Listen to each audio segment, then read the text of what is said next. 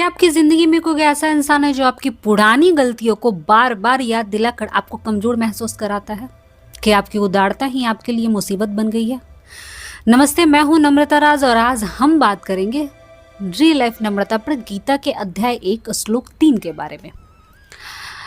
कि यह श्लोक में हमें सिखाएगा कि कैसे बाहरी दुनिया की कूटनीति हमारे मैनिफेस्टेशन के रास्ते में रुकावट डालती है। विषय क्या है? आज हम बात करेंगे दुर्योधन ने उस डर को जो उसने अपने गुरु के सामने एक चाल के रूप में पेश किया।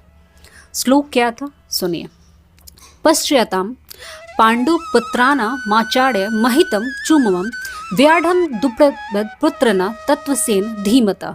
सरल क्या है? दुर्योधन ने अपने गुरु द्रोणाचार्य से कह रहा है कि हे आचार्य, पांडव के पुत्रों की इस विशाल सेना को देखिए जिसे आपके बुद्धिमान शिष्य द्रुपद ने पुत्र धृष्टद्युम्न ने इतने कौशल से सजाया है।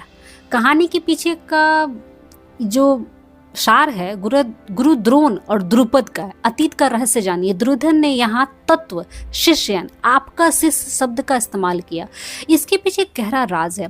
राजा द्रुपद और द्रोणाचार्य के बीच पुराना झगड़ा था। उदारता की कीमत। द्रुपद ने द्रोण को मारने के लिए एक बेटा मांगा था जिसका नाम धृष्टद्युम्न था। द्रोणाचार्य जानते थे कि फिर भी वह धृष्टद्युम्न उनके पास शिक्षा लेने आया तो उन्होंने अपनी उदारता में उसे सारी सैनिक रहस्य सिखा दिए थे। दुर्योधन की चाल को समझिएगा। दुर्योधन ने यहाँ द्रोणाचार्य को ताना मारते हुए कहा है, उन्हें याद दिलाया कि देखिए जिस शिष्य को आपने दया की वही आज आपके जान लेने के लिए सामने सेना सजा कर खड़ा है। मैनिफेस्टेशन और हीलिंग के नजरिए से समझते हैं इसको। मैनुप्लेटिंग हीलिंग की भाषा से समझे तो दुर्योधन यहाँ इनसिक्योर है।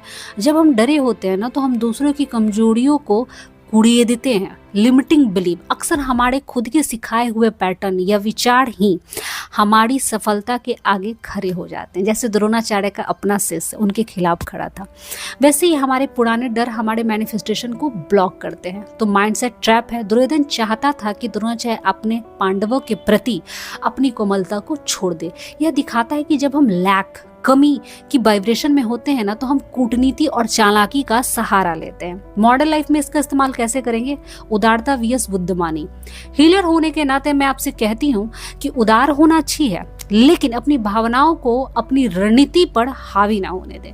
द्रोणाचार्य अपने दुश्मन के बेटे को सिखाया जो कि एक नैतिक महानता थी, पर युद्ध के मैदान में वही उनके लिए खतरा बन गया।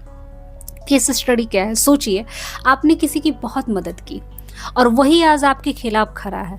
ऐसी स्थिति में धृतराष्ट्र की तरह रोने के बजाय, दुर्योधन की तरह राजनीति करने के बजाय आपको कृष्ण की तरह साक्षी बनना होगा।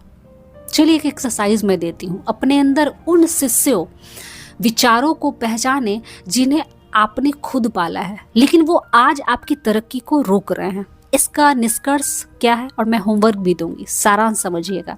आज हमने सीखा कि कैसे हमारी पिछली गलतियां या जरूरत से ज्यादा उदारता हमारे वर्तमान के कुरुक्षेत्र में बाधा बन सकती है। दुर्योधन की चतुराई हमें सिखाती है कि हमें अपनी कमजोरियों के प्रति सजग रहना चाहिए। होमवर्क नोट कीजिए क्या करना है। कमेंट में बताएं कि आपने कभी अपनी उदारता की वजह से नुकसान उठाया है। अपनी भावनाओं को बैलेंस करने के लिए आज रात एक अफर्मेशन लिखें, मैं अपनी शक्ति का सही उपयोग करता हूँ। रियल लाइफ विद नम्रता को सब्सक्राइब करें। अगले वीडियो में हम देखेंगे कि दुर्योधन ने पांडवों की सेना के बारे में और क्या रहस्य बताया। जय श्री कृष्ण।